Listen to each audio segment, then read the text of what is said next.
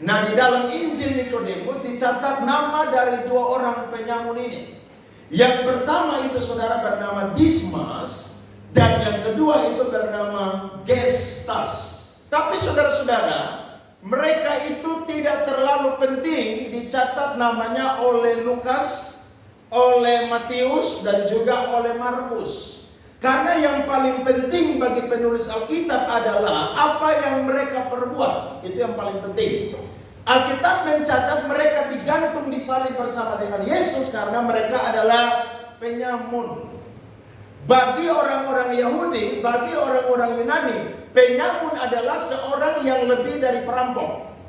Karena kalau perampok dia cuma mencuri.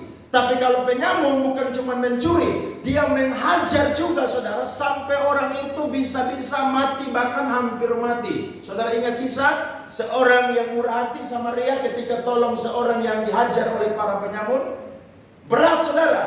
Nah, kesalahan yang mereka dua perbuat ini saudara, akhirnya dianggap satu kejahatan yang sangat-sangat pantas untuk mereka dapatkan. Hukumannya adalah digantung di kayu salib. Yang menjalani hukuman itu adalah mereka, dan yang mengeksekusi hukuman itu bukan orang-orang Yahudi, tetapi orang-orang Romawi, karena mereka adalah orang-orang atau kerajaan yang berkuasa pada zaman itu. Nah, ketika mereka dua itu sudah tergantung di atas kayu salib, justru ini bukan suatu kebetulan, tapi justru ini menggenapi firman Tuhan yang sudah dinubuatkan ribuan tahun yang lalu tentang Yesus Kristus yang akan mati di Kalvari. Mari kita lihat firman Tuhan yang pertama, Yesaya 53 ayatnya yang ke-12.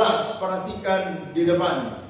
Sebab itu aku akan membagikan kepadanya orang-orang besar sebagai rampasan, dan ia akan memperoleh orang-orang kuat sebagai jaraan, yaitu sebagai ganti karena ia telah menyerahkan nyawanya ke dalam maut, dan karena ia terhitung di antara pemberontak-pemberontak, sekalipun ia menanggung dosa banyak orang dan berdoa untuk pemberontak. Lihat Markus 15 ayat 28. Silakan lihat di depan. Demikianlah genaplah nas Alkitab yang berbunyi, ia akan terhitung di antara orang-orang durhaka. Dan ayat 37 yang tadi kita baca, firman Tuhan sekali lagi saya baca. Sebab aku berkata kepada kamu bahwa nas kitab suci ini harus digenapi padaku. Ia akan terhitung di antara pemberontak-pemberontak, sebab apa yang tertulis tentang aku sedang digenapi. Saudara bisa lihat, ternyata Kristus adalah satu-satunya pribadi yang sudah tahu kapan dia akan mati.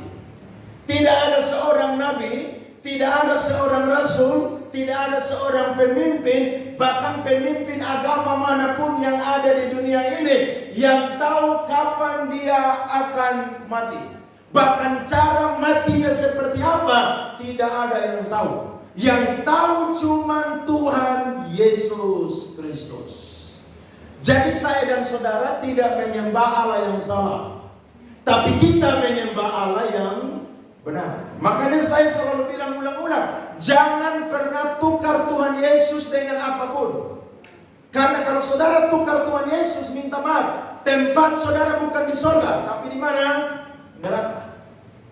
Karena biar kita punya harta kekayaan saudara, jabatan tinggi, tapi kalau tidak percaya kepada Yesus, tidak mengakui Yesus adalah Tuhan dan Juru Selamat, surga bukan menjadi bagian kita.